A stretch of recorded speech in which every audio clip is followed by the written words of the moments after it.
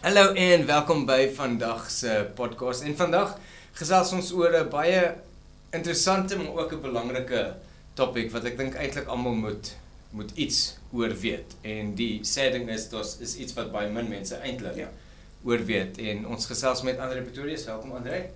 Jade. En vandag gesels ons oor die konteks van die Bybel. En hoekom ek sê dis baie belangrik, want daar's soveel arguments en redenasies en selfs splits within the church en kerke wat opbreek en mense wat 'n kerk los en kwaad is vir die kerk en sekere tipe goed bloot omdat daar nie sê miscommunication nie, op 'n manier it boils down to that, maar misconceptions is oor wat die Bybel bedoel as hy iets sê, as ek dit so kan sê. So die konteks is redelik belangrik, selfs in enige conversation. Ek bedoel, as ek en jy beklei en ons kom vanuit twee verskillende kontekste af, dan gaan ons nooit ergens heen kom nie. En dis iets wat baie naby jou hart is, is konteks. 100%. Meeste van my studies, al my leeswerk, absoluut alles gaan eintlik maar om konteks te kry. En dit raak meer en meer beskikbaar om boeke te kry en meer mense praat oor konteks. Ja. So dit begin actually... Ja, dis interessant as jy dit sê, want sodra jy dit sê, begin ek wonder hoekom. Want as jy terugkyk, dan is dit een mens het alles gesê en almal het geglo as dit nou kom theologically. Maar soos jy sê, mense begin nou meer vir hulle self vra en self begin goed uit wil vind. Verseker, en daar's soveel voorbeelde in die geskiedenis. Jy byvoorbeeld Martin Luther wat 'n massive indruk gemaak het op wat ons vandag het en in 'n rigting gedruk het. Hy het byvoorbeeld die boek van Jakobus uit die Bybel uit wou gehaal het. Want Jakobus heeltemal, hy het soos 'n hele ding opgehaal, hy wil dit uithaal, want hy het gesê dit gaan oor werke. Maar as jy Jakobus die boek ken in sy konteks, is dit eintlik 'n wysheidsspreuke, 'n Joodse wysheidsspreuke soos Proverbs. So dit is nie dieselfde soos 'n Pauline tipe boek wat 'n Paulus instructional. Dis daar's meer wysheid om uit te glean en dan moet jy verstaan wat hy sê. En dan as jy kyk na wat Jakobus sê, amper alles haal hy aan uit 'n Matteus uit. So dis Jesus se woorde. Ja. En sy konteks is ontsettend Joods. So jy moet hom verstaan in dit en dan waardeer jy hom regtig baie. Ja. Maar 'n kerkvader soos ek meen, kyk wat het Luther vir ons gedoen. Ongelooflike goeie. Hy het nie die konteks gehad nie. En dis het hy die ervaring van sy seer kry. Onthou, want dit was ons 'n werke-drive ding gewees in die Rooms-Katolieke Kerk. Dis waar teen hy actually so mense verstaan sy punt, maar sy konteks gehad het hy nie die probleem gehad. Ja.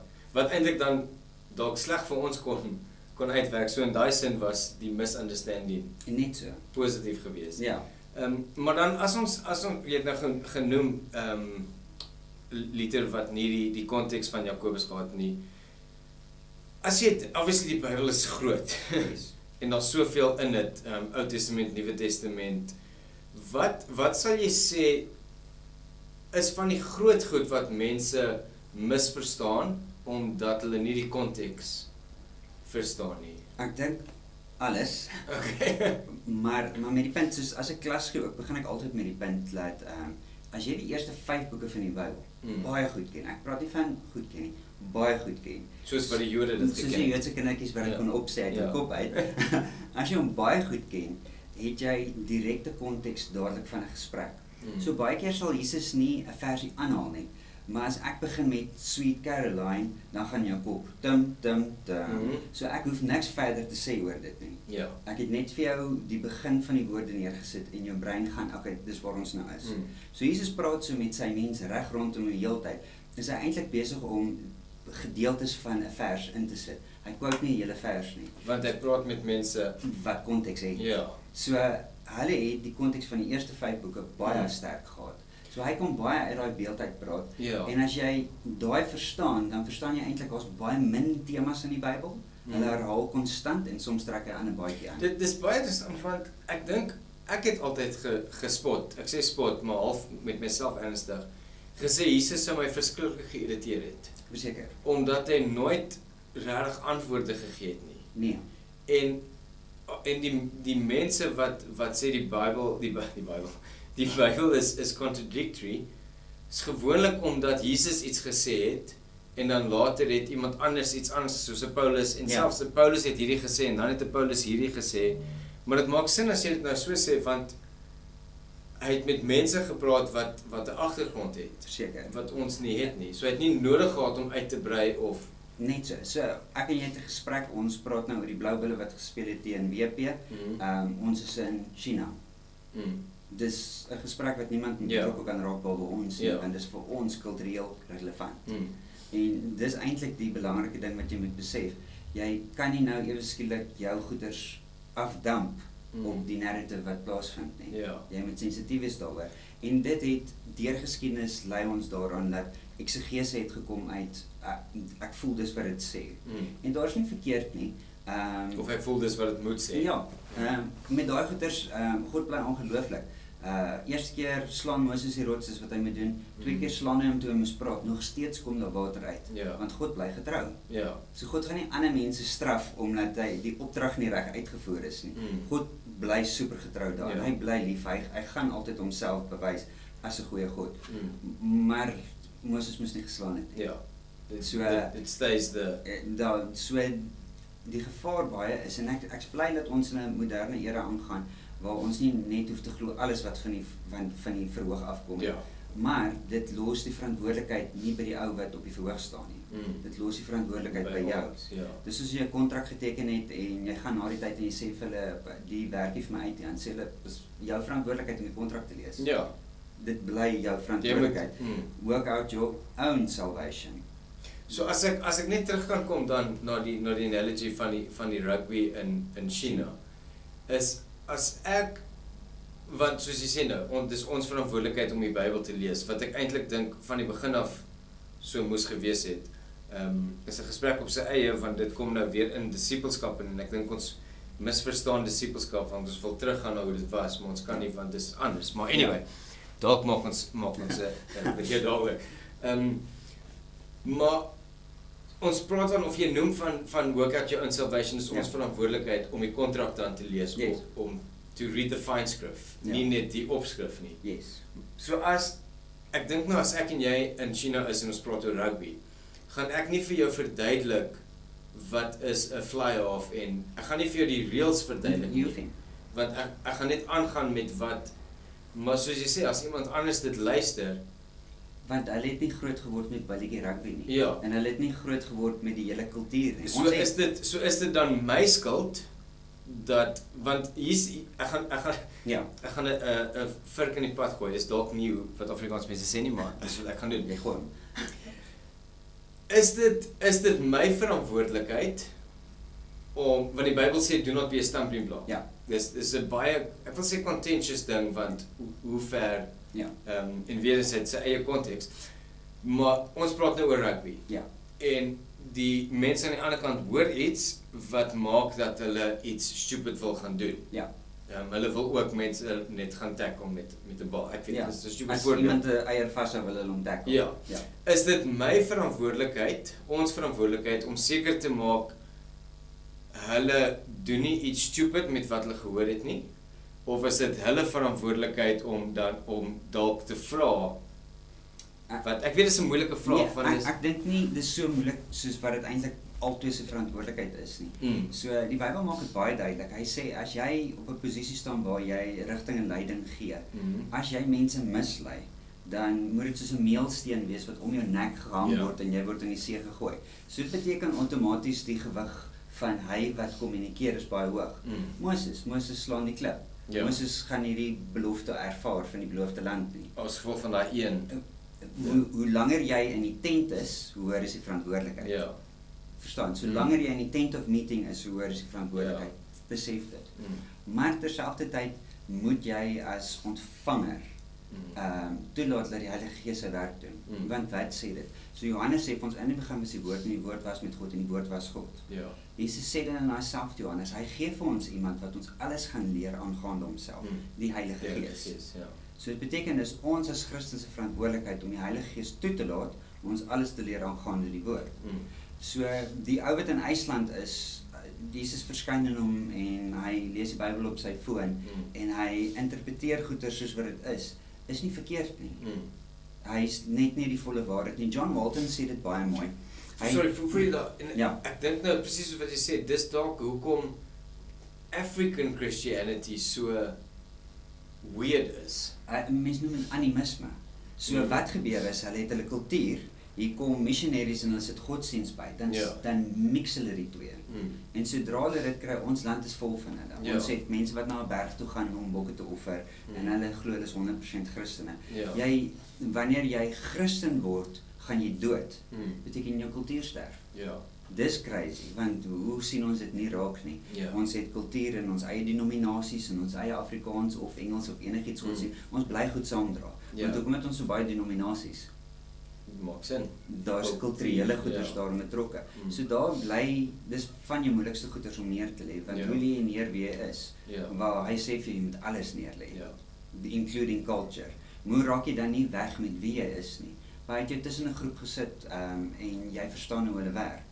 Maar jy moet toelaat dat sy gees die een is wat vir jou sê, in hierdie omstandighede, ek verstaan julle is in die wêreld, maar jy is nie deel van die wêreld nie. So jy's in Kimberley, maar jy praat nie saam oor hoe swak die munisipaliteit is nie. Dis nie hoe ons kultuur werk. Dis waar die Heilige Gees dan. Dis die werk van die Heilige Gees. Paulus is seker die onverantwoordelikste ou wat ek ken in die Bybel.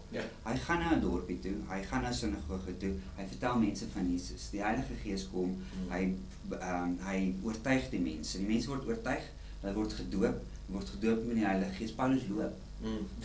Soos waar jy gesien is dit hoe jy kerk bou. Want Paulus sê, soos, hier is die skrifte, ek kan vir julle net die Ou Testament gee, want die Nuwe is nog nie geskryf. Hy sê daar, ek is nog besig om daar te skryf. We're busy with it. So ek gee vir julle hierdie goeders, dan gee ek vir julle die Heilige Gees. En die Heilige Gees, hy gaan die res van die werk doen. Soos Paulus het solidly geglo, dis sy werk daai. En na mate van dit sal Paulus 'n brief skryf, ek noem dit sy langpadtreffers, dan skryf hy 'n brief en sê in Efese hoorie, Titus, ek het jou gestuur om goeders in orde te sit. Nou dat jy in orde sit, onthou die en die. Hulle kan nie hulle Efese kultuur indruk nie, sê vir hulle moenie dit doen nie. Sê vir die vrouens wat nou gaan na Artemis se tempel toe, om 'n offer te bring, want tydens kindergeboorte het baie vrouens dood gegaan, want dis toentertyd. Moenie dit doen nie, dis nie wat ons doen nie. God is genoeg, Christus is genoeg, hy sal julle beskerm. Wat's dit anders as 'n kulturele ding wat hy net moes inbring om te sê, julle was so gewoond om dit te doen, dis soos tandeborsel, stop it. Dis nie hoe ons dit doen nie, verander jou denke. Maar dis alles konteks, en hy het die hele tyd op hierdie ding uitgekom om te sê, Frans moenie praat in die kerk nie, dit nie. Dis soos, jy het altyd net die een kant van 'n telefoongesprek. En ek dink Paulus, ons gaan nou terugkom by is John Waltons wat jy. Maar ek dink Paulus is een van die grootste, soos jy gesê het, grootste redes vir die confusions, want hy het, presies wat jy gesê, hy het culture aangevat. Paulus is nie noodwendig theology aangevat nie. Is crazy revolutionêr geweest. Hy was die eerste ou geweest om slawerny aan te spreek eintlik in sy tyd. Maar hy het dit so diplomaties aangespreek, want sê slawerny is fossil fuels in moderne tyd. En ek sê net vir jou, ons moet stop met alle brandstof, dit gaan die wêreld sleg maak. So voedsel, vlugte, alles, dis onfisies moontlik, maar ons kan begin anders dink daaroor. Hoe kan ons dit verantwoordelik doen? Nou kom Paulus so met slawerny en sê, hoorie, as jy na kerk toe gaan en die slaaf is ewe skielik die meester in die kerk en hy is die ou wat rigting gee, meesters wees onderdanig. Weet jy wat slawe as julle dan by die werk aankom? Moenie dink julle is nog in beheer nie. Verstaan hoe die rol werk. So slawe was amper soos die petrol gewees van hulle tyd. Alles was gebou, hulle ekonomie, hulle wêreld, alles is daarop. Paulus is baie revolutionêr, maar hy kom baie sensitief in. Maar nou kom ons in en ons dink wel Paulus bly aan op die slaaf ding, so hy het duidelik geen probleem daarmee gehad nie. Hy verstaan die nuance en die sensitiwiteit van die kultuur ontsettend goed. Maar hy kom terselfdertyd ook in, Paulus sal vir Timoteus stuur. Timoteus is sag, Timoteus is nie 'n harde brash ou nie. Non-confrontational. Paulus moet 'n bietjie tips gee om te sê man up. Hy stuur Titus. Hy sê wow Titus, jy's 'n battering ram. Dis wat jy doen. Hy stuur die regte tool vir die regte werk. So Paulus is 'n orchestrator gewees van goed. Maar hy het die hele prentjie in ag geneem en hy het 'n lang game gespeel. Hy is net hier om alles van die tafel af te wipe en sê julle moet oorbegin. Binne elke kultuur. Dus so hy is baie sensitief gewees vir konteks. maar terselfdertyd hoe om dit terug te bring na die regte ding. Ja. Hoe om mense te sê, ek vra jou en ek sê jou. Maar hy doen dit op so 'n manier dat jy nie kan strei nie. Ja, so hy was half dan die tussenganger, as jy wil, tussen the old and the new, want obviously moet want ek dink aan die mense vir wie hy geskryf het, baie van hulle Romeinse stede. Verseker, dis of jou Roman influence of jou Greek influence, Ja. so dit is so nie Joods nie. So nou probeer hulle, dit voel vir my soos hierdie ou tannies, wat so hard probeer om nou mooi en die regte ding te doen, wat heeltemal opneek. Ja, Want verseker, en hy het sulke moeilike goeters gehad, soos, hy het nie slaghuise gehad nie. Jou vleis is gebring na 'n tempel toe, by 'n tempel het hulle geslag en mense het daar gekoop. Ja.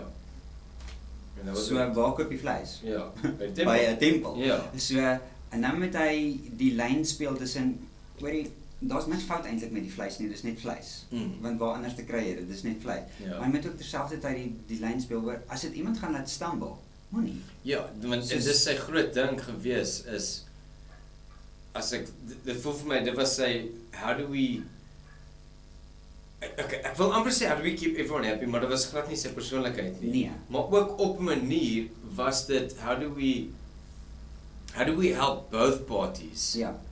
om by die punt te kom. Verseker, en onthou, dis 'n ou wat mense nou doodgemaak het vir wat hy glo. Ja. So dit beteken nie daai ding het opgehou nie. Mm. Daai dryf is daar. Hy verstaan net hoe dit werk. Mm. Hy het vir hom iets groter, iets Ja. belangriker gekry. Maar hy het nog steeds draai op hierdie ou. Soos ek dink as Hy wil resultate sien. Hy wil resultate sien, Ja. en as hy nie die vrug kan meet van 'n ding nie, dan voel dit vir hom hoekom. En jy lees dit in sy briewe. Ja. Hy's 'n liefdevolle drywer, maar hy dryf. Hy doen. Maar hy sien konteks konstant raak.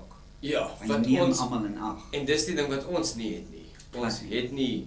Nee, en ons wil, dis is, weet jy wat is die probleem baie keer, Openbaring was die laaste boek wat ons gedoen het in Bybelskool, soos hulle glad nie dat jy hom raak of preek of enigiets, Okay. voordat jy nie jou hele jare deur gedoen Ja. het nie, want hy is so konteksgedrewe.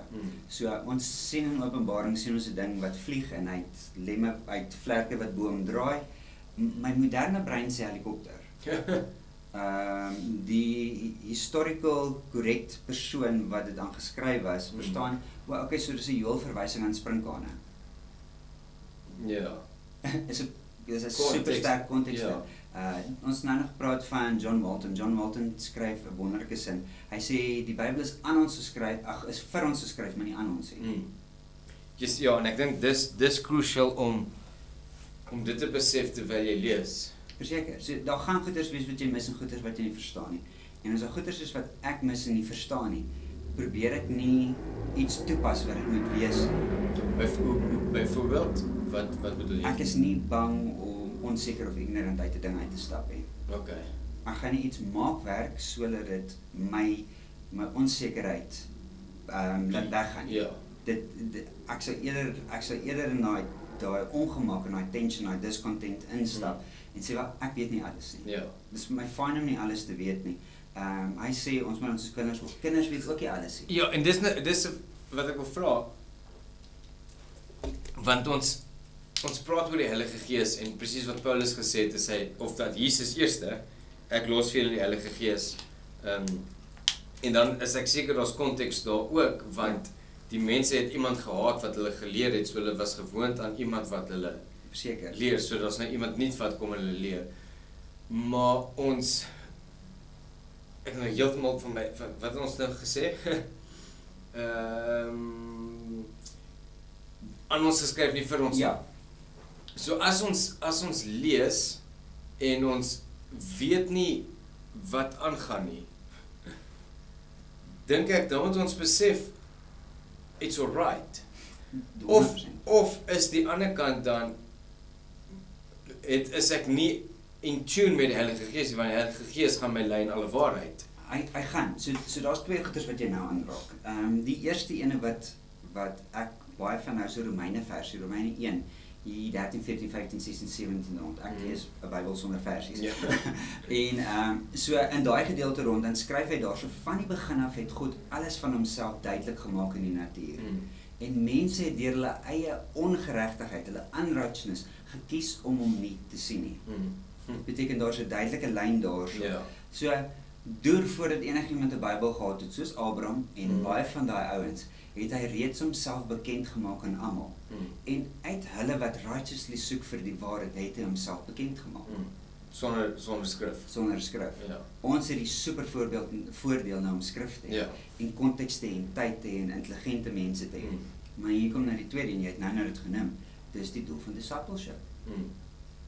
Ons moet in 'n gesprek betrokke raak. Ja. Want as ek 'n eiland is, en ek wil net my historical narrative neersit op 'n ding, dis wat ek dink dit moet wees, dan bring ons die gevaar. Ja. Maar sê ons is 'n paar mense, en ons kommunikeer oor 'n ding, en sê, dudes, ek verstaan nie die ding nie. En jy verstaan ook nie die ding nie. En dan stap op die einde van die ding uit, nie noodwendig meer ingelig nie, maar meer lief vir Jesus, dink ek hierdie doelplaas vind. Ja. Ek hoef, Moses het nie alles geweet nie. En die Bybelouens het konstant hierdie ding, waar God maak soos in die wildernis, waar hy gee vir hulle net hulle daaglikse brood. En dan gee Jesus vir ons gebed, gee vir ons daaglikse brood. Ja. Dis soos, hy wil hê jy moet afhanklik wees, hy wil nie hê jy moet alles weet nie, want dis die boom van kennis weer. Ja. Daai ding waar jy dink jy kan God wees. Ja. En dit soos dis 'n massive geveg wat ons eintlik in ons het om te weet. Want van daai dag af, soos jy sê, ons wil weet. We want answers. Ons is gedryf om redes en reason te soek. Ja, en dit soos jy agnostics, en in Paulus se tyd het hulle gesukkel met gnostisisme, wat nou die basisvorm is daarvoor. Ja. En dit beteken to know. Ja. Want jou Roman culture het hierdie filosofie gehad, jou Greek culture was steeped in filosofie gewees. Almal het hierdie ding gehad van om te weet is om te wees. Is interessant, want selfs die Jode ook, jy noem die Romeine en die Grieke, maar die Jode ook, is almal as highly intelligent gesien. Verseker. Maar nou kom Paulus en hy bring die Gentiles in, van wie die Romeine en die Grieke ook deel was, maar nie noodwendig die high authoritative Romans en Greeks. So hy bring in amper die mense wat nie veronderstel is om te weet nie. Verseker. En hy kom daai ding en hy sê hierdie ding gaan foolishness lyk vir slim mense. Soos die ding wat ek vir hulle verkondig hier, ryk na die dood vir daai ander mense. Dit lyk soos foolishness. Hy probeer dit duidelik maak om te sê die ding gaan nie aan almal val nie, want die ding het niks te doen met die ding nie. Ja. Dit het te doen met hier met 'n hartbeweging. Ja. En sodra die hart reg beweeg, reveal hy homself. Want dis 'n righteousness en 'n unrighteousness ding. So dis al hierdie goeters gaan oor of ek verstaan of nie verstaan nie. Jy het die Heilige Gees in jou. Vertrou hom daarvoor. Ja. En ek maak 'n groot punt daarvan om in te neem soveel as wat ek moontlik kan met lees van Bybel. Neem ek in. Nie met die doel om te verstaan wat ek lees altyd nie. Dis nie my uitsluitlike doel nie.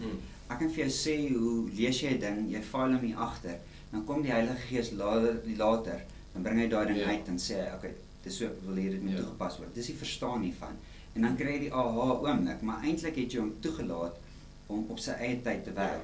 Maar nou het ons jy het vrugbare grond geskep. Maar nou is ons in 'n era van Google en AI, wat ek nie verstaan nie, druk ek in en hier kom 'n ding en hy antwoord my dadelik.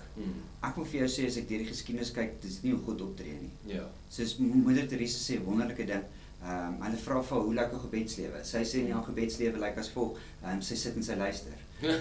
En sy's die aanbidder is soos ongemaklik want hy het gedag hy gaan nou hierdie revelation kry van hoe bid Moeder Teresa. 3 uur in die oggend opstaan vir 3 ure. Ja, bid kliphard, karre se bande gaan haal. en hy vra ook hom en wat sê God? Toe sê nee, hy sit ook meestal net en luister. En as jy werklik hoe langer jy aangaan met die Here, kom jy agter hy antwoord nie dadelik nie. Ja. Dis nie in wie hy is nie. Ja. As jy Job lees, het hy homself ooit verdedig. Ja, Job. Hy net nie homself nie. Hy het geen rede om homself te verdedig nie. Ja. Maar daar's iets wat in Job plaasgevind het. Job se hart het verander sonder dat God homself verdedig, alhoewel hy God op traag gesit het. Ja. Soos en half kwaad geraak het en toe is daar righteousness. Ja. Nie omdat God homself verduidelik het, okay, jy het 'n goeie punt gemaak, ek sal jou glo nie. It has nothing to do with faith. En Job is 'n interessante karakter en ons tyd is amper op. So ons sal nog 'n Job sessie. Ja. Oor Job en dan ook wil ek ons moet gesels oor hoe dit die kerk in gevaar of hoe die kerk hierdie ding gevat het en in 'n verkeerde rigting gegaan het. Yes, toegelaat het dat mense ons lei. Ja, wat ek dink ook belangrik is, want dit is nie noodwendig die kerk se skuld nie, of die leiers se skuld nie, dis hierdie konteks ding wat ek dink ons moet aanraak. So ja, want Job is 'n verhaal in sy eie, Ja. wat en ons sal, ek dink dalk ons in die volgende een begin met dit, maar waar opinies chaos geskep het, eintlik maar, en wat nog steeds vandag tot hierdie dag toe aangaan, en in Jesus se tyd ook was dit die ding, opinies, en dis mense wat konteks gehad het. Verseker. Ja. So ek dink met ons volgende podcast gaan ons gesels oor die praktiese uitvoer van what do we do with this? Yes. Ons het nou die inligting, dis daar agter gestoor. Wat doen ons met dit? Cool. Ja. So kyk uit vir ons volgende podcast, en soos altyd klik die like en subscribe button en die notification bell as jy ingelig word oor ons volgende video.